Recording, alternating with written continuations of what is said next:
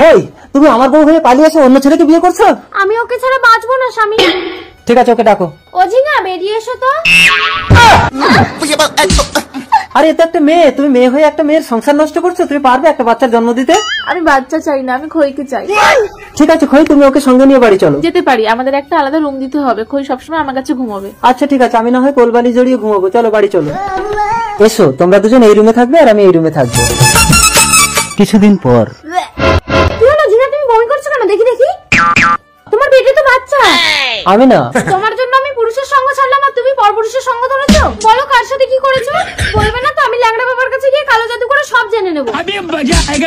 ওই না বাবা, আমার বউ চলে গেছে, তোমাকে এত টাকা দিলাম, আমার বউকে আনতে পারলে না? এই কচু, কচু না, সবাই আমাকে কচু দা বলে ডাকে। আমি সাধু হয়েছি কেন বলতো? কেন? আমার বউ চলে গেছে বলে।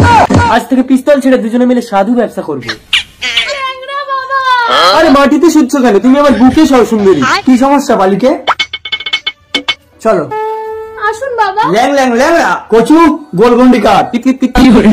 হ্যাঁ, এবার তো মেয়ে স্বামীকে ডাক। ও ঝিঙ্গা, বেরিয়ে এসো তো। দেখি দেখি, আরে এই তো আমার বউ। দেখেছিস, ল্যাংড়া বাবার আশীর্বাদ থাকলে মাসিক ফেরত পাবি। কিন্তু প্রেগনেন্ট হলো কি করে? সেটা আমি চাচ্ছি। এই তোর ঘরে কজন পুরুষ থাকে? একজন, শুধু আমার স্বামী, কিন্তু সে তো আলাদা ঘুমোয়। জটিল সমস্যা। ল্যাং ল্যাং ল্যাংড়া কালো জাদুর দ্বারা এই গাজরটাকে মোচড় দিলে আসল আসামি ঠিক জায়গায় ডান পরে বেরিয়ে আসবে। সোনা ব্যাংক কলা ব্যাংক খাবি ল্যাংড়া ল্যাং। মোচড় দিয়ে না, লাগে লাগে লাগে। আমি কি জানি, তোমাকে ঘুম পাড়িয়ে দিয়েছি না, প্রতি রাতে আমার কাছে চলে আসতো। এই ভাই চলো। আমি খইকে ছাড়া বাঁচবো না কচু। ঠিক আছে, ওকে নিয়ে চলো। খই আমার, ওই আমার বউকে নিয়ে যাবি না। আমার বউটার কি অবস্থা করেছিস, আমি শোধ নেবো না।